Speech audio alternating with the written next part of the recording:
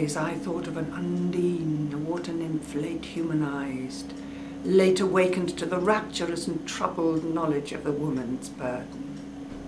Her forehead was most fair, and the glistening thatch divided on it like a golden cloud, revealing the face of an angel. I passed, and a sand heap stole my vision, foot by foot.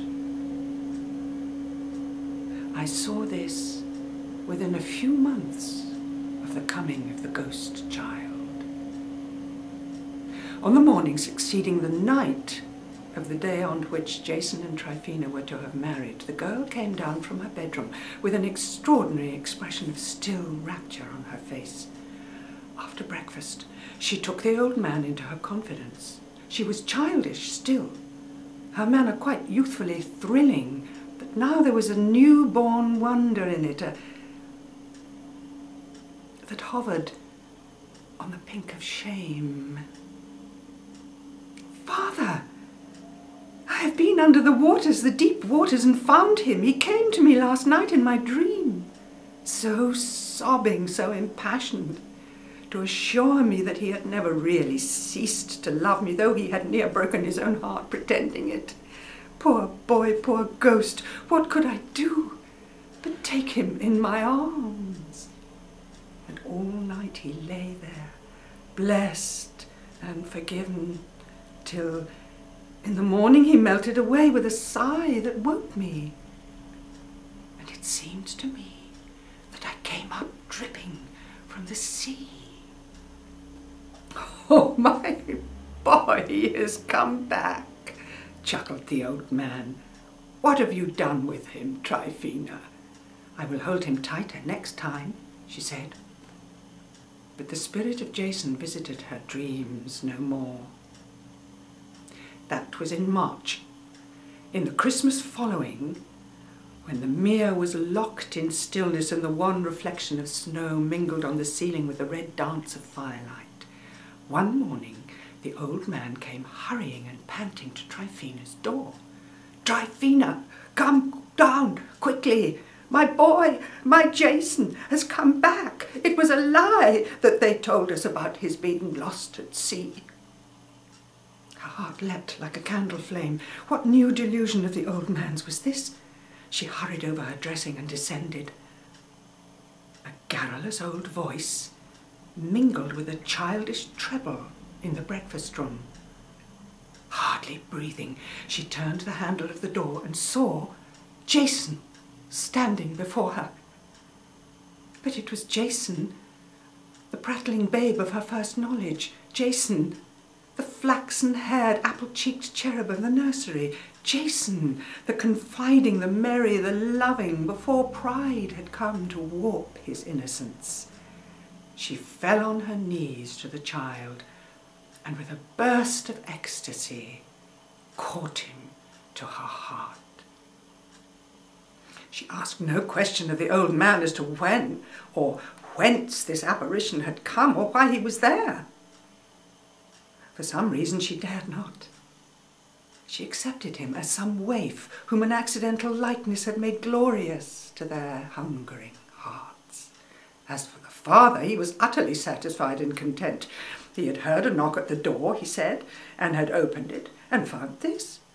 The child was naked, and his pink wet body glazed with ice. Yet he seemed insensible to the killing cold. It was Jason. That was enough. This was just as actually his child was. The grown young figure, for all its manhood, had dissolved into the midst of the waters. He was more familiar, more confident of it. It had come back to be unquestioningly dependent on him, and that was like as the real Jason, flesh of his flesh. "Who are you, darling?" said Tryphena. "I am Jason," answered the child.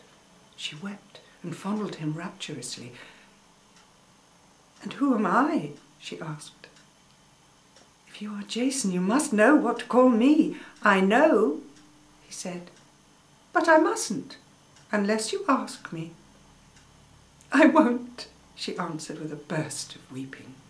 "It is Christmas Day, dearest, when the miracle of a little child was wrought.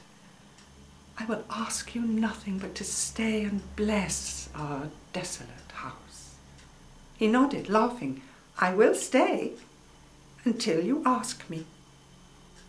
They found some little old robes of the baby Jason, put away in lavender, and dressed him in them.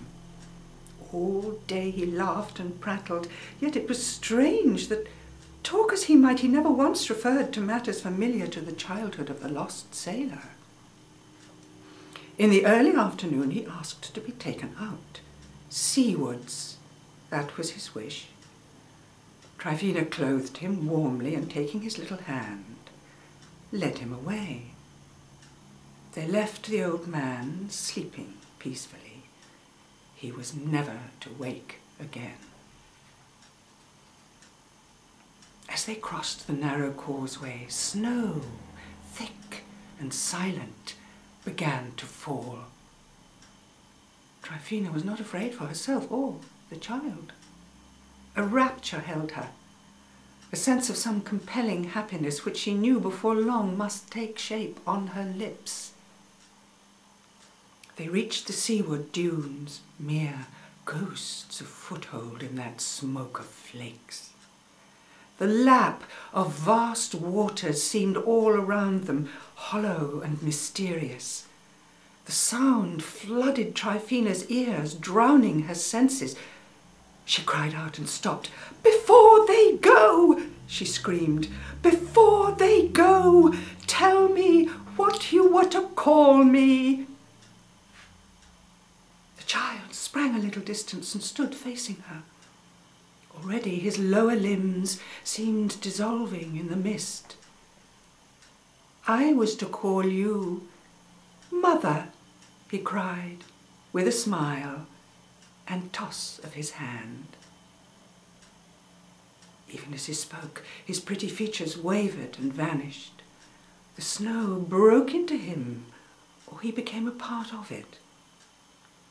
Where he had been, a gleam of iridescent dust seemed to show one moment before it sank and was extinguished in the falling cloud.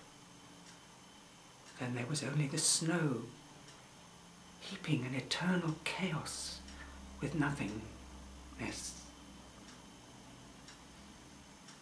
Tryphena made this confession on a Christmas Eve night to one who was a believer in dreams. The next morning she was seen to cross the causeway, and thereafter was never seen again. But she left the sweetest memory behind her for human charity and an elf-like gift for loveliness.